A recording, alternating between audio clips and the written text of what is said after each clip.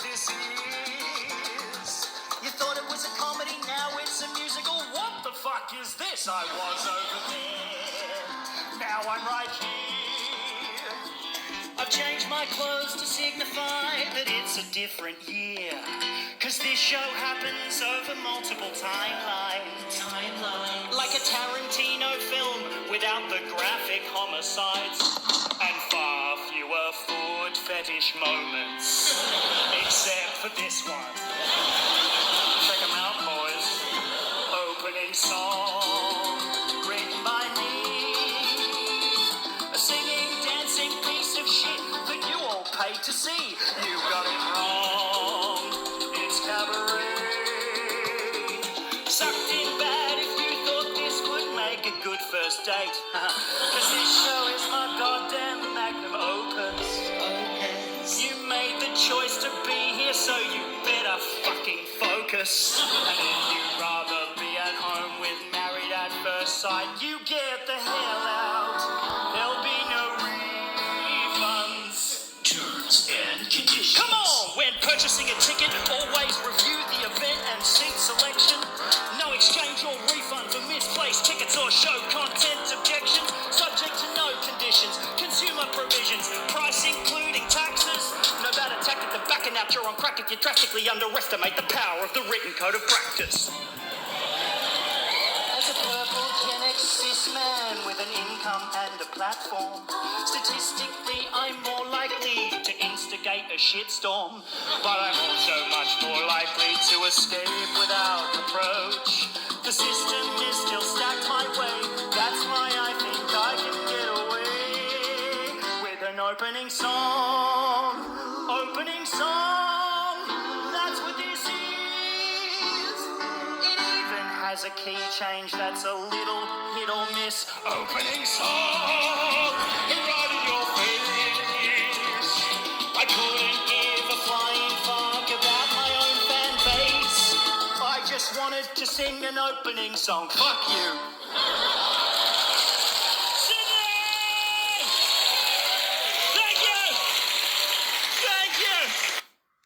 Over my asshole personality. It's what's keeping me up in the night times. Yeah.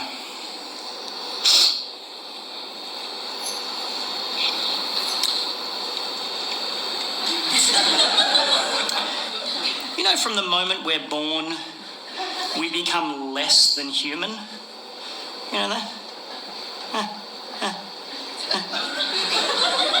All the bacteria from our mother is passed on to us on the way out of the womb, and from then on we just continue to collect shit on the inside and the outside until the day we expire.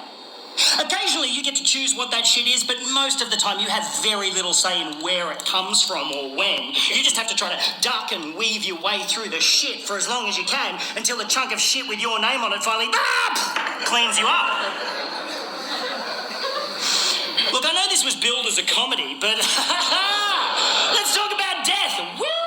There are some pretty fucking ridiculous ways to die, though. Oh, like that guy, that scuba diver they found when they put out the bushfire. Oh my God, have you heard this fucking story? They put out like a bushfire and they found a dude in full scuba gear and they figured out that the water bomber plane or helicopter that scoops up the water to put out the fire accidentally picked up a diver and dumped him into the flames. What a fucked up way to go. It's pretty much the polar opposite of he died peacefully in his sleep, isn't it? Just dumped out of a plane into a blazing inferno with a highly flammable gas tank instead of a parachute strapped to your back. Like, no! Oh, I just wanted to look at the fish.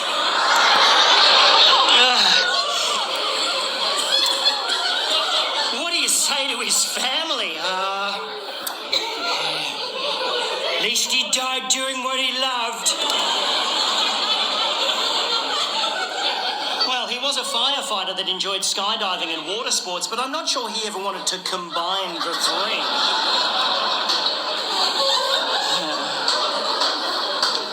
That's better, isn't it? Tell more jokes, you little purple fucker. I heard a good joke the other day. How do you know if a hippie has been to your house? They're still there. How do you know if someone's vegan? They'll tell you, yes. I'm vegan. I initially became vegan for environmental and ethical reasons, and now I just do it to give people the shits at dinner parties. Like, get it away, I can't eat that. Meat's murder. Stop having fun, everyone! It's a funny conversation, the vegan one. You bring it up and people just go, shut up, fuckhead. But it's funny. Because you don't actually need to eat meat. You don't need it. Nobody actually needs it. Unless you're on hemodialysis and you have to inhale a rare porterhouse steak every 3 hours to stop your kidneys backing in. You don't actually need it. That makes it a choice. And it's your choice. As long as you understand that that choice is born from belief, and that particular belief is called carnism. It's an inherited belief system that sort of conditions us to eat meat. And the notion is so pervasive, I guess, it's viewed as a given rather than a choice. But it's totally a choice. Where do you get your protein from then, you little poofter?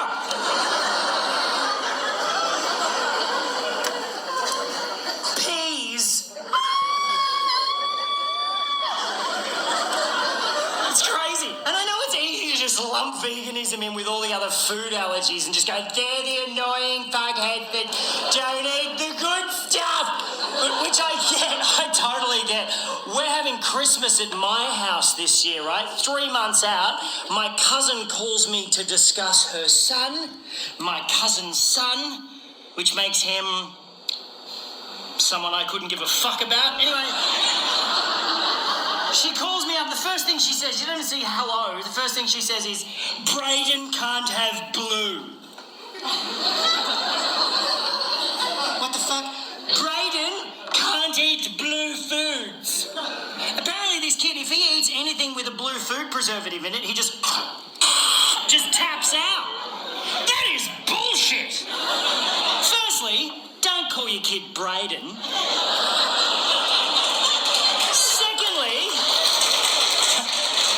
Secondly, blue is not even a natural colour for foodstuffs. It occurs very rarely in nature. Name me one blue food.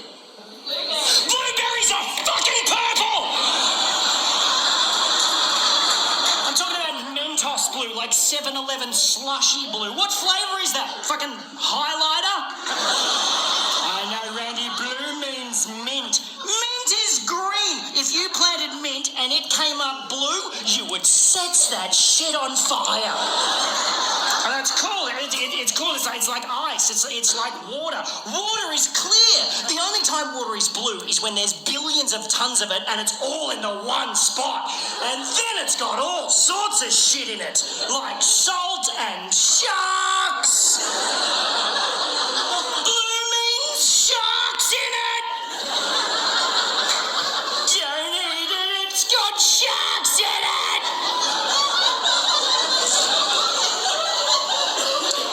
Sharks eat people, it's fucked, but it shits me how they immediately go out and kill the shark. Like, oh, it's gone rogue! It's gone rogue! No, it hasn't. It's just doing what millions of years of evolution have programmed it to do. Fucking swim around eating shit. Yeah, but...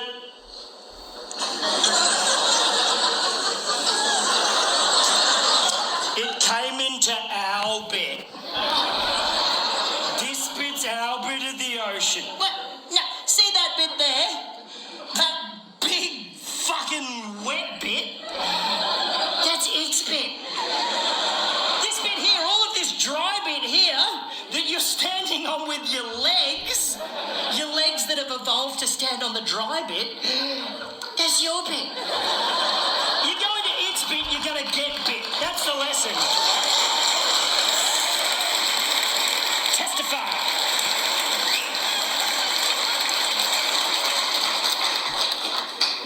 Out next to a seal colony and wiggle your ass around like a slutty little hors d'oeuvre. Complain when you get munched. There's that weird disconnect, you know? It's the same thing as carnism. It's like if I imagine a pig is just a pig and all pigs are the same, then I can detach what is on my plate from how it got there. It's just how most of us are brought up, you know? But if you saw someone slit the throat of a Labrador and then string it upside down to die an excruciating death, just squirming and bleeding out at the end of a steel hook, you'd think it was a bit fucked. How is a pig any different? It's not. It's actually not. I said that on stage in Rockhampton in Queensland about four months ago. I was like, how is a pig any different? And a man in the audience yelled out, bacon! Touché, sir. You win this round. He actually came up to me after the show. I was standing at the merch desk, not selling anything, and I saw him coming from the other side of the room. He's this massive dude. He's like, oh, you're a large man. He said, I was the one that said bacon. I was like, fucking don't kill me. He goes, nah, you're right, mate. You're right, mate. It's the most passive-aggressive Aussie male thing you can say to another dude. Nah, you're right, mate. It basically means I want to punch your fucking head in, but I don't want to upset me missus. You're right, mate. Anyway, he goes to me, mate, you're not going to make any friends in Rockhampton being a vegan. Did you know that Rocky is actually the beef capital of Australia? Oh, fuck, I didn't know that. With over 2.5 million head of cattle within a 2.5k radius of the town centre. Fuck, I didn't know that either. And that is a fair whack of the 13 million head of cattle in Queensland alone, 70% of which is bred purely for export. Few fun facts for you, matey. Few fun facts for you. I said, thank you, sir. I did not know any of that.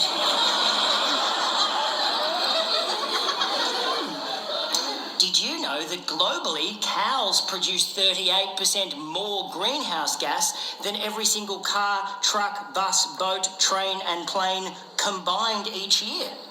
That breeding animals for food uses up 1/3 of the planet's fresh water, takes up 45% of the Earth's surface, and is responsible for a whopping 91% of Amazon destruction, making it the #1 leading cause of species extinction, resource consumption, and environmental degradation, destroying the planet on a daily basis. Few fun facts for you, matey! Few fun facts for ya!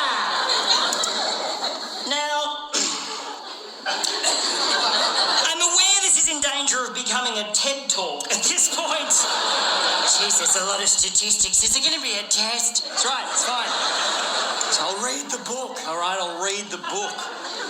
I'm not forcing my opinions on you. I'm merely saying them with a microphone. You're paying for it. Lock the door! No, seriously. Okay, here we go. All right, I'm going to read the book. McDonald's home delivery now. Does anyone do that? Yeah, you do? You get it delivered to you. You know you can already get it in your car. You can get it without getting out of your car. But what McDonald's have now done is they've removed the grueling walk from the front door to the car, so you no longer have to do that humiliating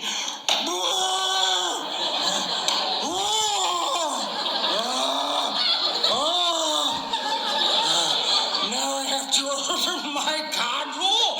Oh, God damn you. God damn you. Click.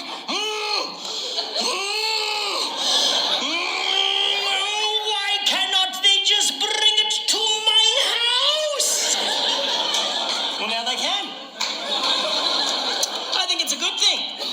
Keep the fatties off the streets. Stop them hogging up the footpath.